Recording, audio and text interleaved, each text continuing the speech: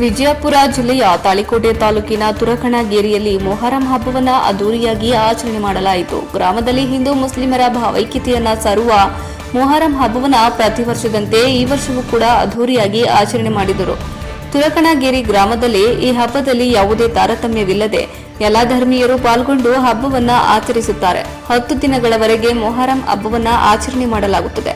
9ನೆಯ ದಿನದಂದು ಗ್ರಾಮದಲ್ಲಿ ಎಲ್ಲರೂ ತಮ್ಮ ತಮ್ಮ ಮನೆಗಳಲ್ಲಿ ಮಾದಲಿ ಹಾಗೂ ಸಿಹಿ ಮಿಶ್ರಿತ ನೈವೇದ್ಯವನ್ನ ಮಾಡಿಕೊಂಡು ಹೊಸ ಬಟ್ಟೆಗಳನ್ನು ಧರಿಸಿಕೊಂಡು ಕುಟುಂಬಸ್ಥರೊಂದಿಗೆ ಎಲ್ಲಾ ಮಸೀದಿಗೆ ಬಂದು ನೈವೇದ್ಯವನ್ನ ಹಿಡಿದು ದೇವರಿಗೆ ಶಿರಭಾಗಿ ದೇವರ ಕೃಪೆಗೆ ಪಾತ್ರರಾಗುತ್ತಾರೆ.